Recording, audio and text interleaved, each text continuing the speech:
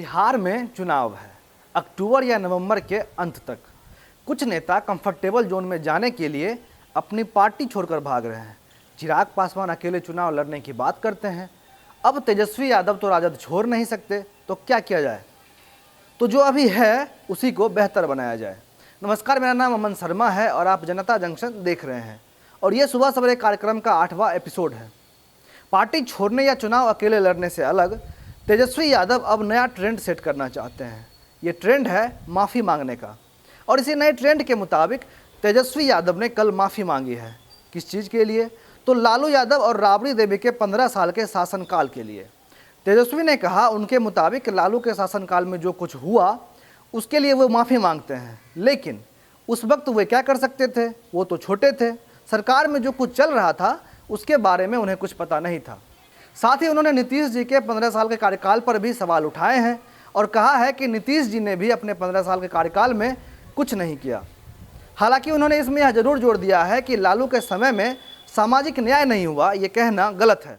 यानी माफ़ी मांगकर तेजस्वी यादव उस 15 साल का हिसाब चुका लेना चाहते हैं जिन्हें उनके विपक्षी जंगल राज कहकर संबोधित किया करते थे और जिस शासनकाल में बिहार का सबसे बड़ा घोटाला चारा घोटाला हुआ, जिसमें 950 करोड़ रुपया पशुओं के चारा के नाम पर सरकारी खजाना से निकाल लिया गया।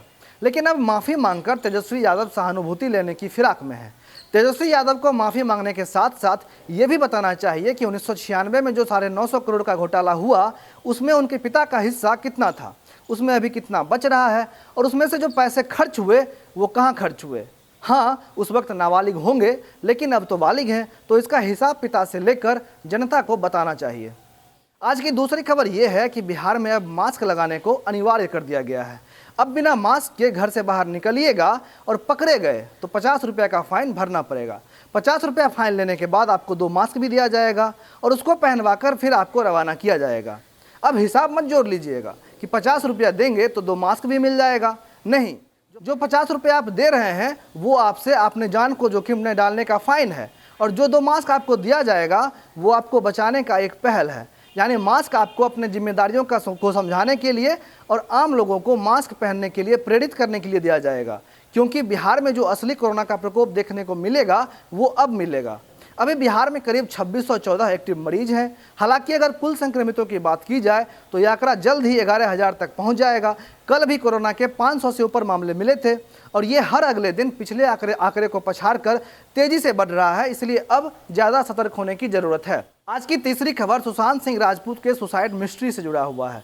कुछ दिन पहले जो सुशांत सिंह राजपूत के सुसाइड को मर्डर मानते हुए मुजफ्फरपुर के व्यवहार न्यायालय में वहीं के एक वकील सुधीर कुमार ओझा ने जो करण जौहर, एकता कपूर और सलमान खान समेत 8 लोगों पर मुकदमा दायर किया था, उसकी कल 3 जुलाई को सुनवाई हुई है। इस सुनवाई के बाद फैसले को सुरक्षित रख लिया गया है और मुमकिन है कि आज इस फैसले को कोर्ट में पढ़ा जा सकता है। इस सुनवाई में पटना हाईकोर्ट के वकील NK अग्रवाल सलमान खान के लिए दलील दे रहे थे।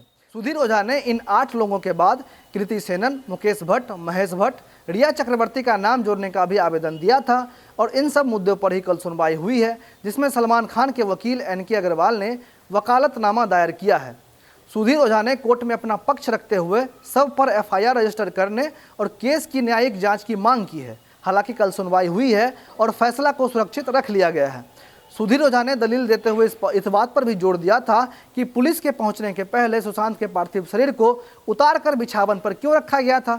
वकील साहब के मुताबिक अगर फैसला उनके पक्ष में आता है तो इस केस की न्यायिक जांच की जाएगी और अगर फैसला उनके पक्ष में नहीं आता है तो वह आगे भी सुप्रीम कोर्ट तक, हाई कोर्ट तक इस बात को पहुँचाएंगे और आगे भी इस बात की अपील करते रहेंगे। तो यह था सुबह सवेरे कार्यक्रम का 8वां एपिसोड। आपको कैसा लगा जरूर बताइएगा और अगर यह वीडियो फेसबुक पर देख रहे हैं तो फेसबुक पेज को लाइक कीजिए, अगर यूट्यूब पर देख रहे हैं तो यूट्यूब चैनल को सब्सक्राइब कीजिए। धन्यवाद।